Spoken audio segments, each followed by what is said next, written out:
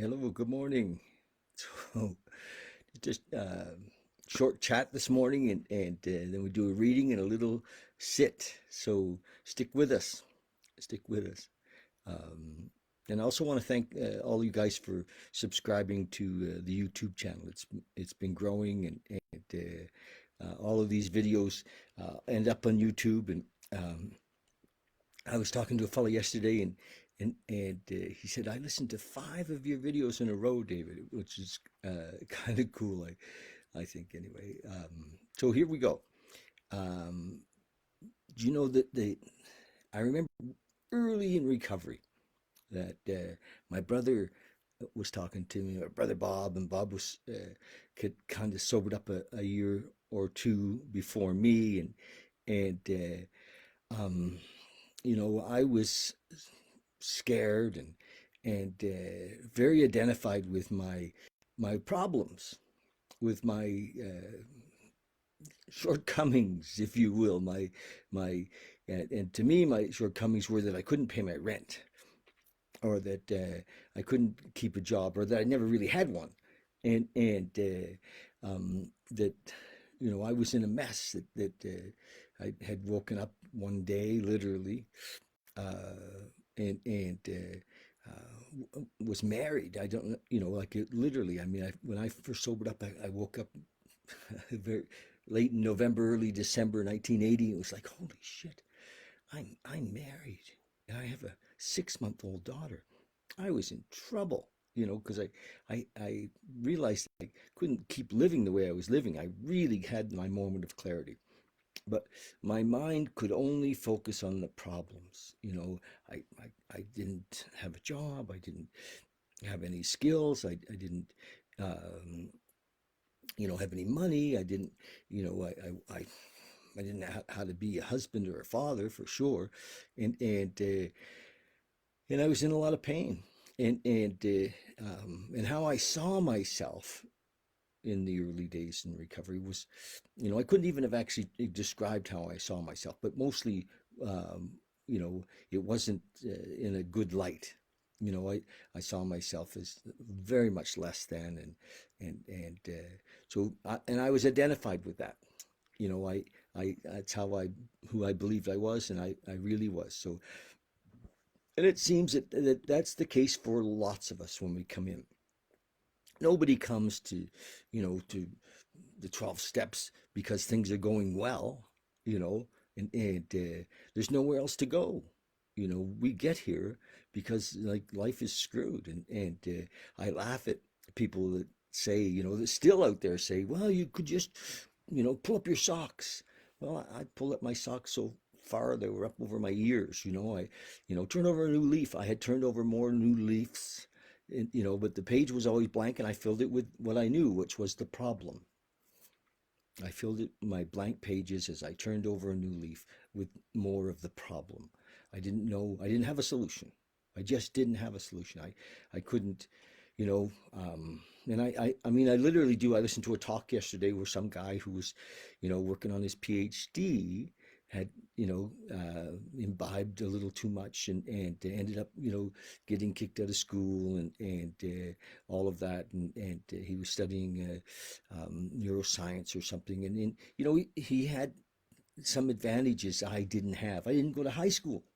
You know, I was a child alcoholic, right? I mean, I was full on drinking addictively and alcoholically from the time I was like 14 or so. So, um, the uh, let me see, where did we go? The so my situation, there wasn't, I didn't have anywhere else to go. So my brother Bob, I remember him saying, well, in the 12 steps we focus on the solution, we don't focus on the problem. And that was my early, kind of recognition of that. It was like, okay, I got to focus on the solution. And I didn't have a solution, so the only solution I could focus on was the one that was provided for me in the steps. So my son uh, just called, and I just texted him back. Anyway, so life goes on. Um, so that was it. That's what I had to do. I couldn't focus on my problems because, they I couldn't fix them anyway. They were piling up, and so I focused on the solution. I focused in the early days and the steps, the way that they were laid out, because that's, I couldn't, you know, I hadn't had a spiritual experience really that I could tell, and I was just in a mess. So if you're new and you're coming in, or you're trying to figure it out, and ego says, no, no, no, you have to go to work.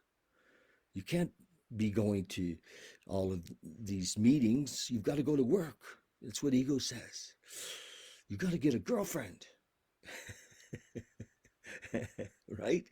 Because when often, when we have money, um, we get a dopamine hit. It's another high. So, I need to make a lot of money, and because we get high on making lots of money. Just watch that, and we've been addicts to dopamine, and so, you know, often ego says, no, I need that fix. I need my fix, and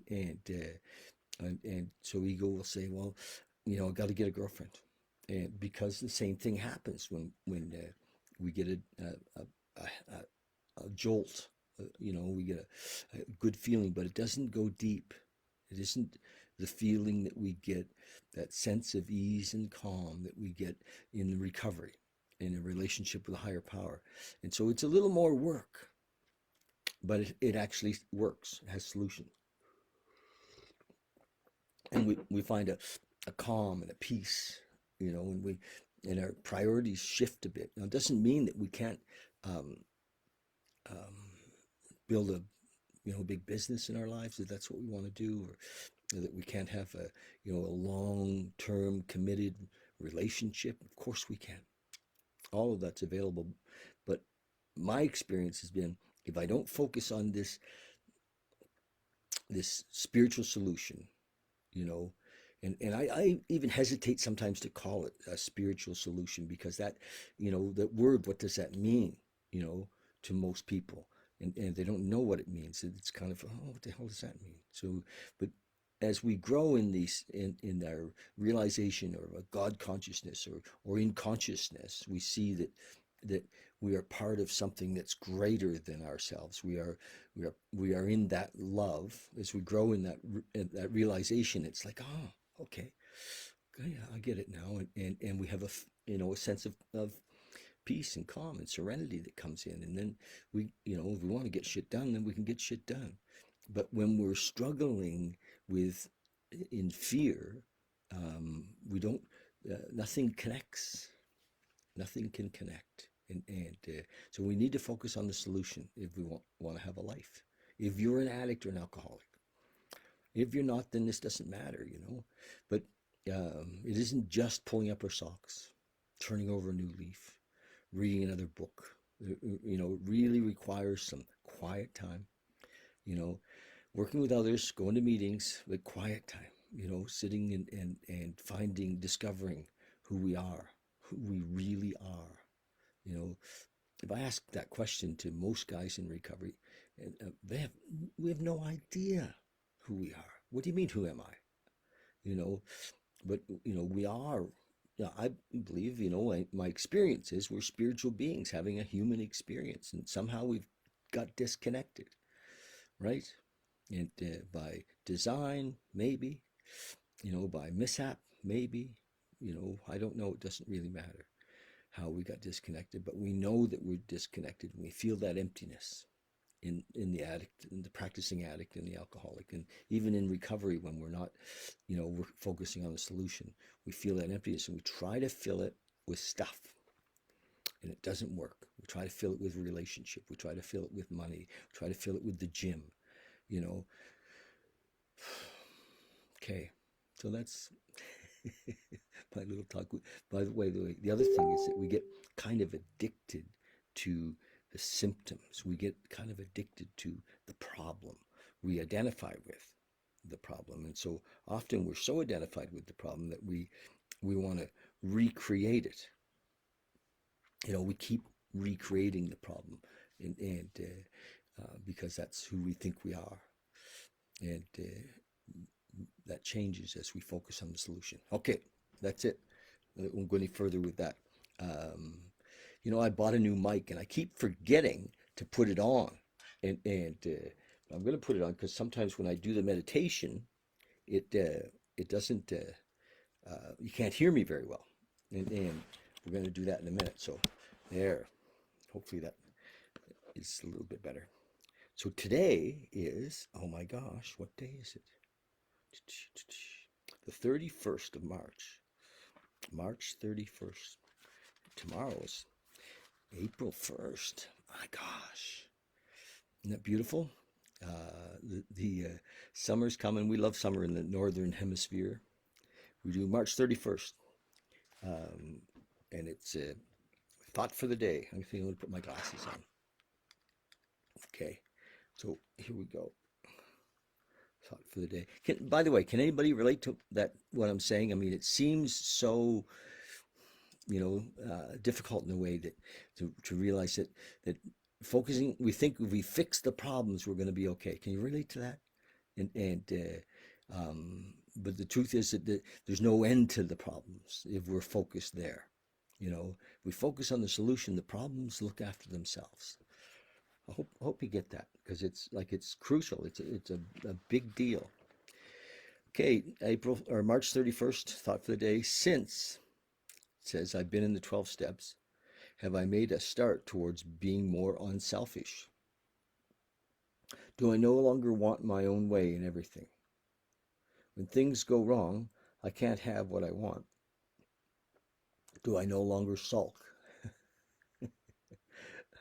Sulking seems immature, doesn't it? I didn't get my way. Nobody likes me. Anyway, it does. It seems immature. I mean, I've been there. I'm a master sulker. Have done it. Am I trying not to waste money on myself? Am I trying not to waste money on myself? Interesting. Uh, does it make me happy to see my family and my wife and family have enough money for the things that they want? Yes. Yeah. I've been a little tight around money myself. I can hear you. Am I trying not to be all get no give? Am I trying all? Yes. I mean, that's the focus. That's the shift that happens for all of us as we go from being, basically a taker or, making decisions based on self so that we can, you know, if not immediately, it's going to come back to us. It's always a thought for ourselves. That's the alcoholic thinking to basically, how can I serve without any expectation, without any thought for return? And meditation for the day. Each day is a day of progress, steady progress forward. If you make it so, you may not see it, but God does. God does not judge by outward appearances. He judges by the heart. Let him see in your heart a simple desire always to do his will. Though you may feel that your work has been spoiled or tarnished, God sees it as an offering for him. When climbing up a steep hill, a man is often more conscious of the weakness of his stumbling feet than of the view, the grandeur, or even the upward progress. We read that again. When climbing up a steep hill, a man is often more conscious of the weakness of his stumbling feet than the view. So more conscious of the weakness of his stumbling feet than the view, the grandeur, or even the upward progress. Nice. Prayer for the day. I pray that I may persevere in all good things. I pray that I may advance each day in spite of my stumbling feet. Yes. My prayer every day is, God guide me, strengthen me, show me what you'd have me to be. You know, for years and years, my prayer was, show me the whole mosaic, show me the whole thing, the big picture. I know there's a big picture, and I've been shown. It's been beautiful, and I'm still being shown, and it really is. Yeah. And once you kind of get on this path, spiritual doors of understanding and awakening will open for you. Once we're on the path, it's amazing. There's many possibilities of becoming awakened, really. And certainly the path in the 12 steps is amazing, but there are many paths, you know, there are many paths. And if you want to talk about other paths, I've been on a ton of them, and you know, towards becoming more of that awakened being that I've always desired to be. And I've always known that I was, just couldn't seem to grasp. So there are many paths. We'll talk about them if you like. So we're going to sit for a minute. This is one thing that's really kind of part of every path of awakening is quiet, stillness. I could call it meditation, but it really, even that has a lot of stigma around it, a lot of confusion around it. So let's just call it sitting. We're just going to sit. And 3 to 5 minutes. Anybody can do this. Come on, you guys. Just this is part of the practice. This is the deal. And I know for a lot of us, it's like, oh, I can't sit. My mind is too busy. That's okay. Don't worry about it. All right. Don't worry about the mind. It just does what it does. It's you do this for a while, you'll come to realize that you are not your mind. You are not your mind. You are not your thoughts, right? And so thoughts will come and thoughts will go. Don't attach to them. Don't fall in love with them, you know, because they're random often. They're friggin' meaningless. So just let them go. Thoughts will come, thoughts will go. Don't worry about them. So we're going to sit for a minute to hopefully you found a kind of a comfortable spot to sit in. It doesn't have to be fancy, you know. It's funny, for a long time I help people create meditation spaces, and I have all the gear. If you want any gear, I get lots of gear for your meditation spaces, and salt lamps and singing bowls and altars and stools, meditation stools to sit on, all those things. I have them, but you don't need them. You can do this anywhere, at any time. I mean, literally, you can pull the car over and just sit for a couple of minutes and drop in. And once you have done this for a while and you kind of find that spot that you're dropping into, that oneness, that isness,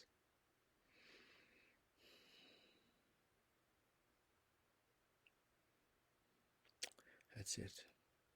So let's use the breath then to come into this moment. Be here now.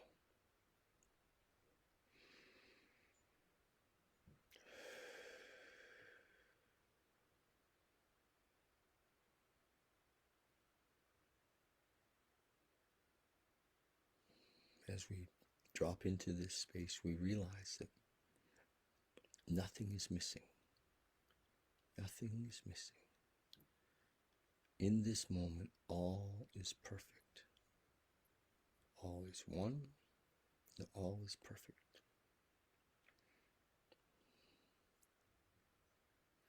There's nothing missing, so there's no desires. There's no wanting. There's no judgment. There's no complaint, because nothing is missing. Life is complete in this moment. It can't be anything else but complete in this moment.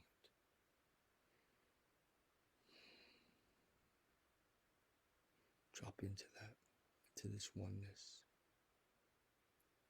Bring our consciousness into now,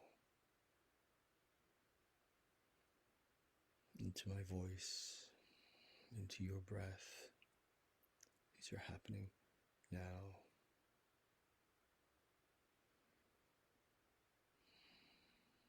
Into your body.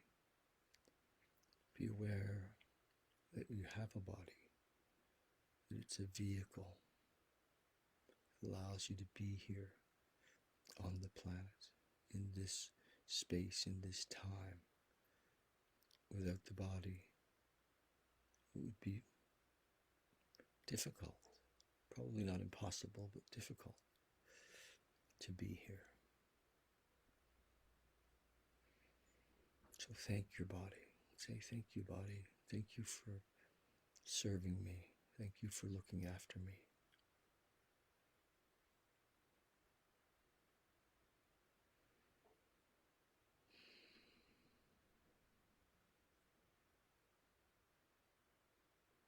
So we're not our thoughts, and we're not our body. So who are we?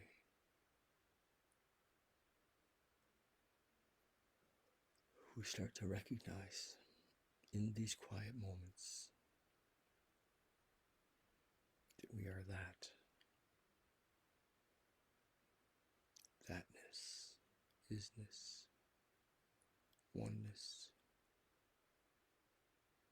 not separate from anything. We are consciousness.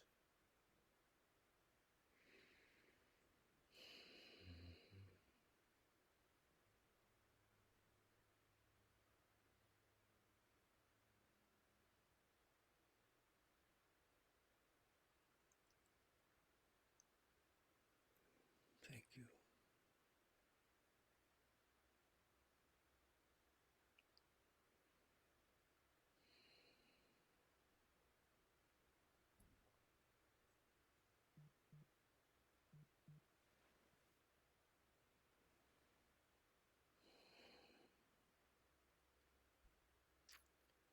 Okay, you guys. If you're meditating, just stay there. If you're sitting and enjoying the quiet stillness, just stay there. Love you, and I'm gonna leave you. I want to remind you and invite everybody. Monday nights we have a little sharing group where we meditate as well. So let's do that together next Monday. Okay, you guys, love you lots.